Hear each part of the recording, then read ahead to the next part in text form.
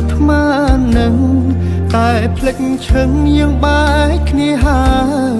មានសិទ្ធទេសួរអូនឲ្យឆ្លើយដោយការគ្រាមុនសង្សារចាំងអើយបងសំតខលទៅរំខានព្រោះរឿងប៉ុន្មានដែលយើងខំសាងមិនតន់ភ្លេចអស់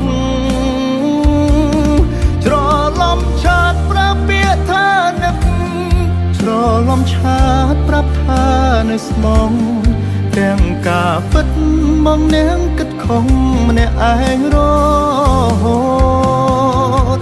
សង្សារចាំងអើយប្រាប់នាងថ្មីអូនថាបងសុំទោសកុំហងលើកនេះបងតែជ្រុលជ្រងទៅលើជី